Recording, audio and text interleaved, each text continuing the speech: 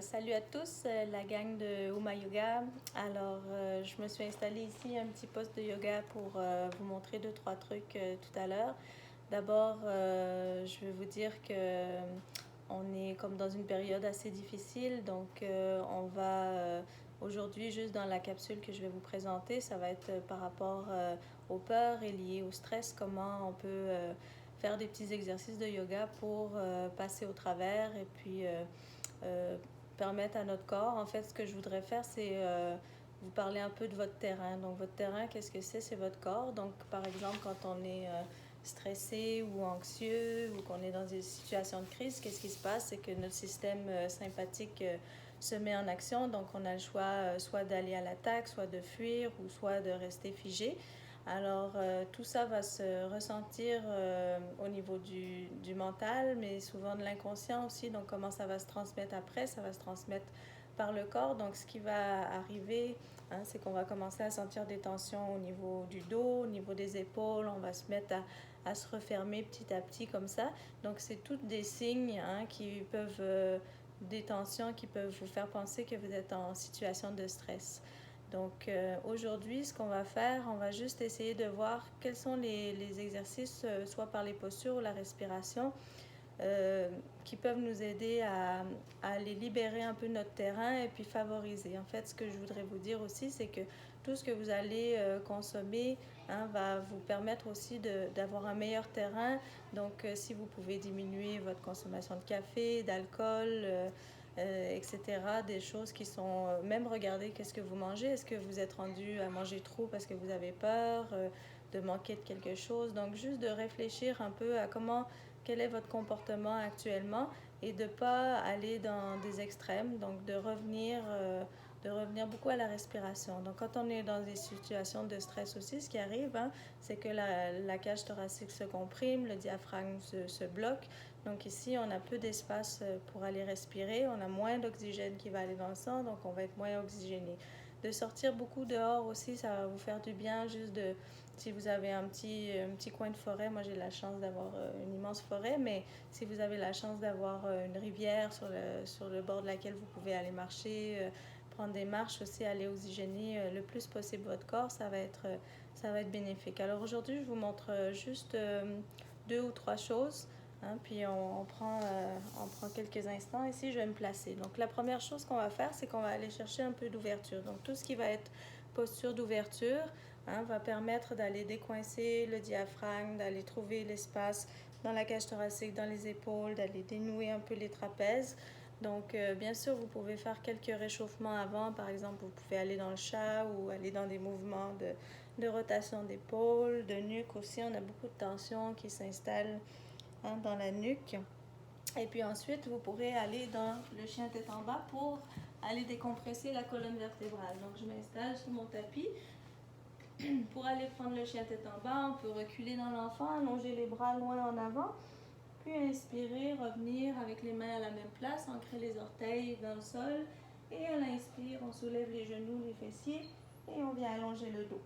Si les jambes restent pliées, c'est bien parfait. Le dos est long, donc on décompresse la colonne vertébrale ici. Si on peut aller allonger les jambes, alors on va étirer aussi la chaîne arrière des jambes. Poussez bien les fessiers vers le ciel. Et pressez les mains dans le sol pour repousser le tapis. Et aller ancrer peut-être les talons un peu plus vers le sol. Donc on peut rester quelques respirations ici.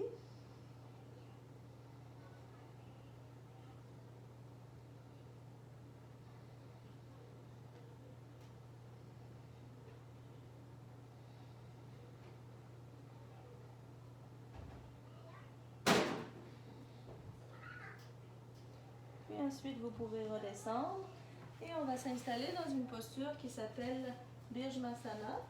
Donc, Birjmasana, vous pouvez prendre deux blocs chez vous, si vous avez accès à des blocs.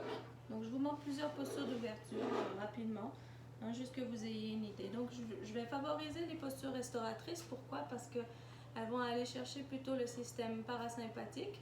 Le système sympathique est largement activé en ce moment par tout le stress.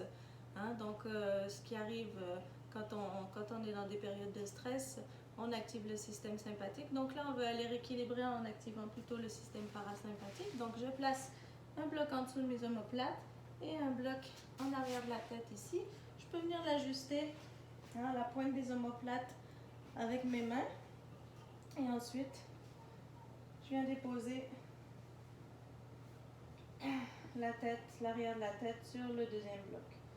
Donc là, j'ai toute ma cage thoracique qui est bien en ouverture, mon menton vers le sternum. Et je peux relâcher, aller faire des bonnes respirations complètes avec Ujjayi si vous voulez.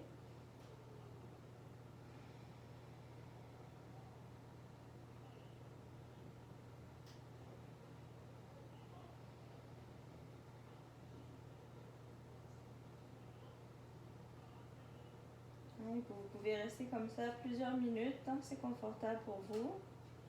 Et ensuite, pour sortir de la posture, soit vous allez vous tourner sur le côté en repliant les jambes, ou vous pouvez amener aussi les mains en arrière de la tête et remonter frontalement. Okay? Donc, soit sur le côté, en vous tournant sur le côté, ou de manière frontale. Donc ça, c'est pour la posture de Birjamasana. Si vous n'avez pas de bloc chez vous, vous pouvez prendre aussi des couvertures.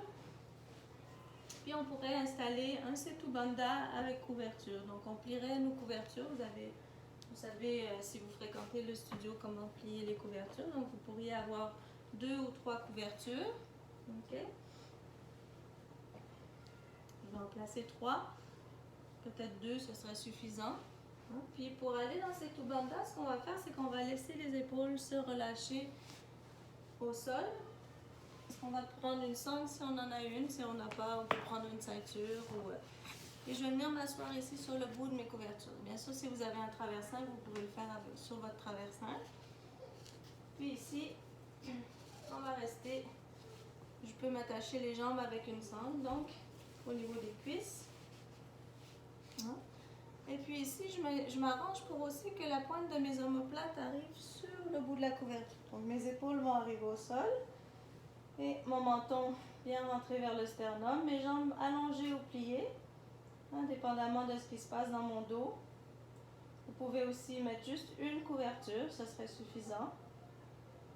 Et ici, les bras vers le haut, si c'est disponible, bien sûr, dans vos épaules ou en cactus ou un peu plus bas s'il y a des tensions.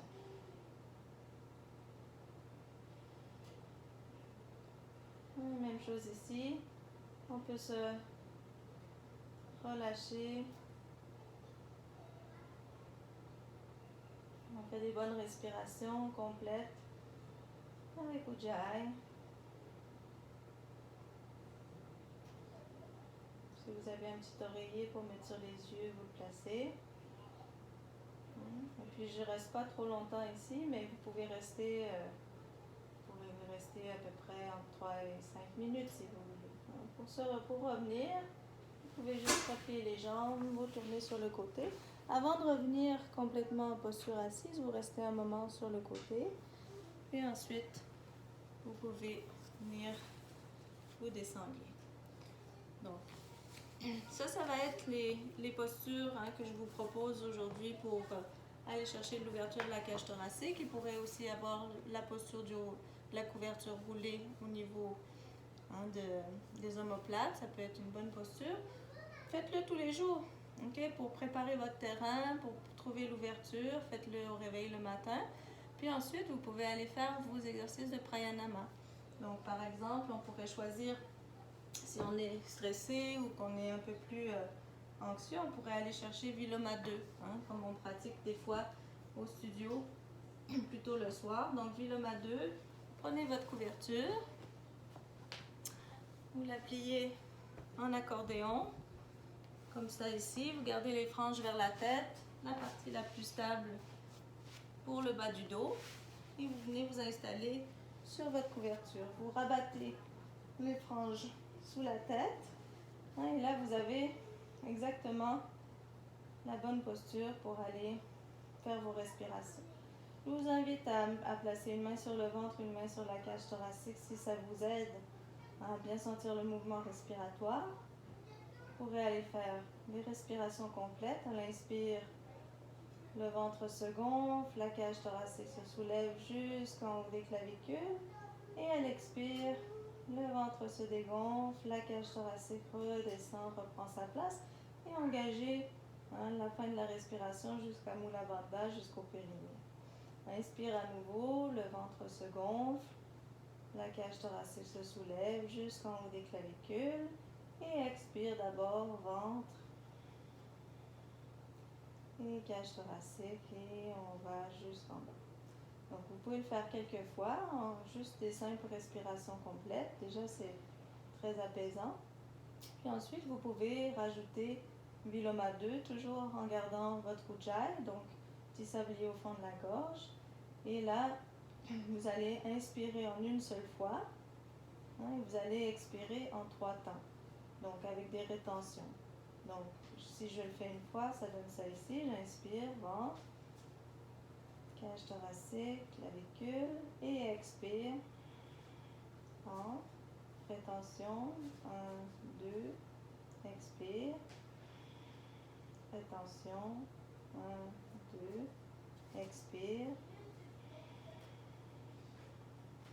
Et je finis mon expiration, j'inspire à nouveau. Essayez que les paliers soient égaux. Les rétentions, c'est 1 à 2 secondes. Si vous voulez imaginer aussi des cercles, vous pouvez imaginer à l'inspire un cercle qui vient s'ouvrir largement. Expire, rétention, expire, rétention, et on finit, expire. Et ensuite on inspire à nouveau. Alors, voilà pour la petite capsule d'aujourd'hui. Prenez soin de vous, puis peut-être qu'on se revoit pour une prochaine capsule. Alors à bientôt.